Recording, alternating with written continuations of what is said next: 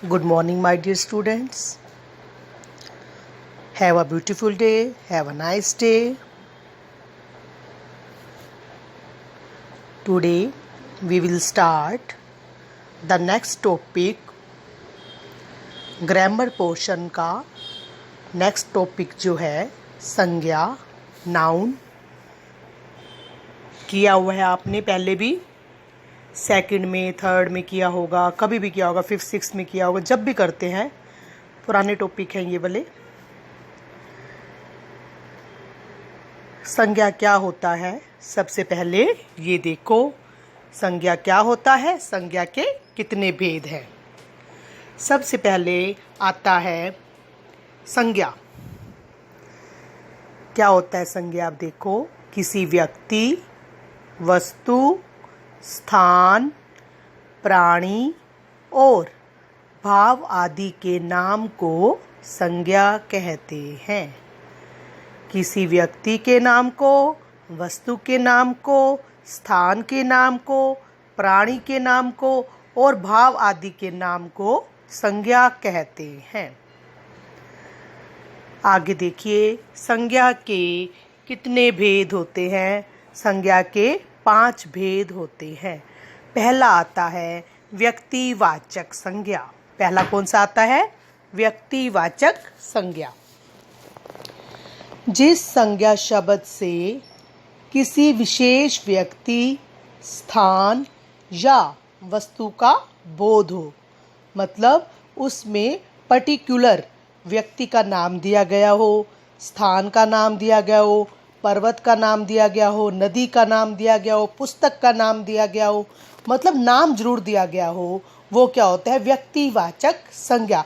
That is called proper noun. क्या बोलते हैं इसको? Proper noun. जैसे घर में भी हम किसी को आवाज़ देते हैं अपनी माता जी, तो वो क्या कह सकते हैं? माता जी का नाम क्या है? वो नाम जो होता है वो क्या कहलाता है? तुम्हारा व्यक्तिवाचक संज्ञा।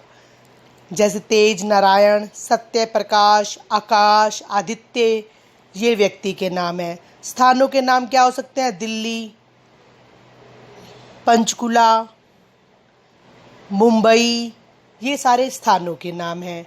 पर्वतों के नाम हिमालय पर्वत, विंध्याचल पर्वत, शिवालिक की पहाड़ियाँ, मन नाम दिया हुआ है। गंगा, यमुना नदियाँ हैं। पुस्तकों के नाम रामायण, है ना। ये सारे क्या होते हैं हमारे, जिसमें नाम दिया गया हो उसे क्या कहते हैं? व्यक्तिवाचक संज्ञा। अगला आता है तुम्हारा, जैसे सचिन तेंदुलकर एग्जाम्पल दिया हुआ है। सचिन तेंदुलकर नाम है, मोर नाम है, रामायण पुस्तक का नाम है, ताजमहल एक विशेष स्थान का नाम है। ये सारे क्या होते हैं? व्यक्तिवाचक संज्ञा। सेकंड आता है तुम्हारा जातिवाचक संज्ञा। जातिवाचक संज्ञा क्या होता है? जिस संज्ञा शब्द से एक प्रकार की वस्तु या प्राणी का पता चलता है। एक प्रकार की वस्तु या प्राणी का पता चलता है, उसे जातिवाचक संज्ञा कहते हैं। उदाहरण, अध्यापिका, चाचा, नदी, पेन, कुर्सी, गधा, सब्जी, फल, बल्ब, मतलब कुछ भी हो सकता है इसमें, जिसमें जाति के बारे में बताया जाए, वो क्या कहलाता है? जातिवाचक संज्ञा। जैसे कार, कार की कई किस्में हैं, कई टाइप है ना।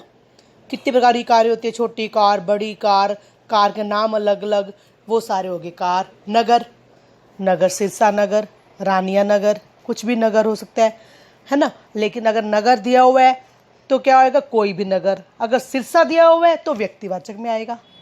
गेटिंग? अगर नगर दिया हुआ है ना तो हमें नहीं पता वो कौन से नगर की बात कर रहे हैं। अगर पर्टिकुलर नाम दिया गया है नगर का, जैसे सिरसा नगर, रामनगर, ये नगर जब के आगे इसका नाम दिया गया हो तो वो क्या होता है? व्यक्तिवाचक।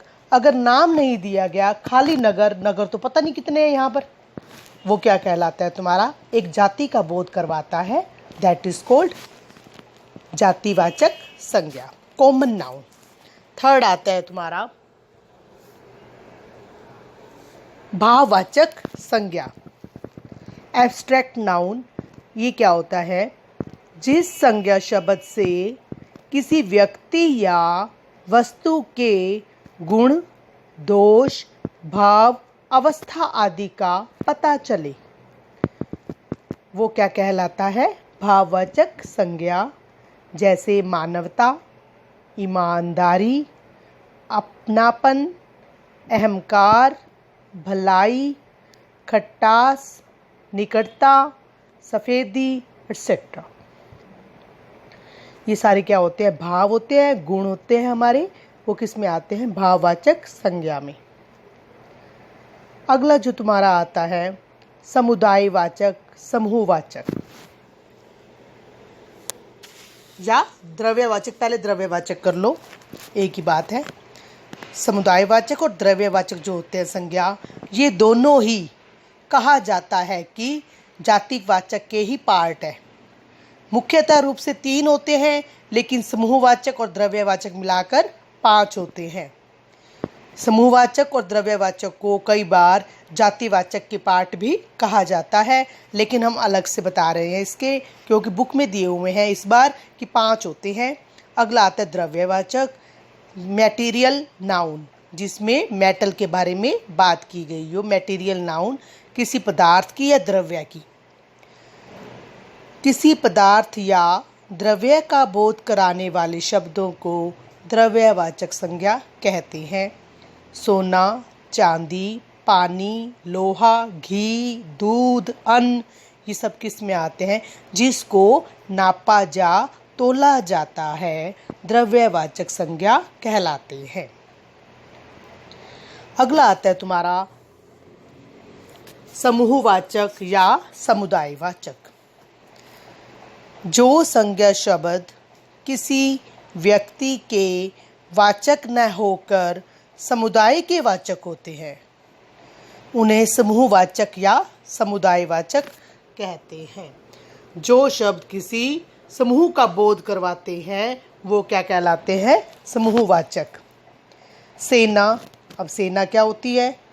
सेना अकेली नहीं होती, सेना भी कई प्रकार की होती है। जल सेना, वायु सेना, थल सेना। फिर सेना में अलग अलग टुकड़ियाँ होती हैं। कहते हैं सेना आई है, सेना का मतलब एक पर्सन नहीं आया, पूरी सेना। वो नहीं पता हमें कौन सी आई है, पूरी कलेक्टिवली रूप से हम जिसको सेना का नाम दे दिया, वो क्या कहलाता है? समुदायवाचक। और जैसे कक्षा, कक्षा का है, कक्षा में क्या एक बच्चा नहीं है, 40 बच्चे भी हो सकते हैं, 50 हो सकते हैं, 20 हो सकते हैं। कक्षा का नाम दे दिया, वो क्या होता है? समूह को रिप्रेजेंट करता है, बताता है। वो सारे क्या होते हैं तुम्हारे? वो क्या कहलाते हैं तुम्हारे? समूहवाचक। समझ में आ गया तुम्हारे को? ये समूहवाचक होता है। उसके बाद आगे क्या आते हैं तुम्हारे? ये तुम्हारे संज्ञा के पार्ट थे। इसके बाद एक क्वेश्चन और आता है, भाववाचक संज्ञाएं बनाना। क्या करना? भाववाचक संज्ञाएं बनाना। क्या होता है भाववाचक संज्ञाएं? मित्र, मित्रता, बच्चा, बचपन, अपना, अपनातव, काला, कालापन, उड़ना, उड़ान, शाबाश, शाबाशी, भीतर, भीतरी, परस्पर, पारस्परिक, दूर, दूरी, मना, मनाही, चलना, चाल, खेलना, खेल। ये सारे क्या होते हैं? भाववाचक संज्ञाएं बनाना, जिनके ज़्यादातर तव का प्रयोग किया जाता है, ता का प्रयोग होता है, पन का प्रयोग होता है। ये क्या होती है? भाववाचक क्रियाएं। अब आपने इनको ध्यान से सुना, आसान टॉपिक था बड़ा, आपको समझ में आ गया होगा। अब जो है इसको लर्न कर लेना, समझ लेना। बुक वर्क जो है मैं आपको भेज दूंगी। धन्यवाद। जय हिंद, जय भारत।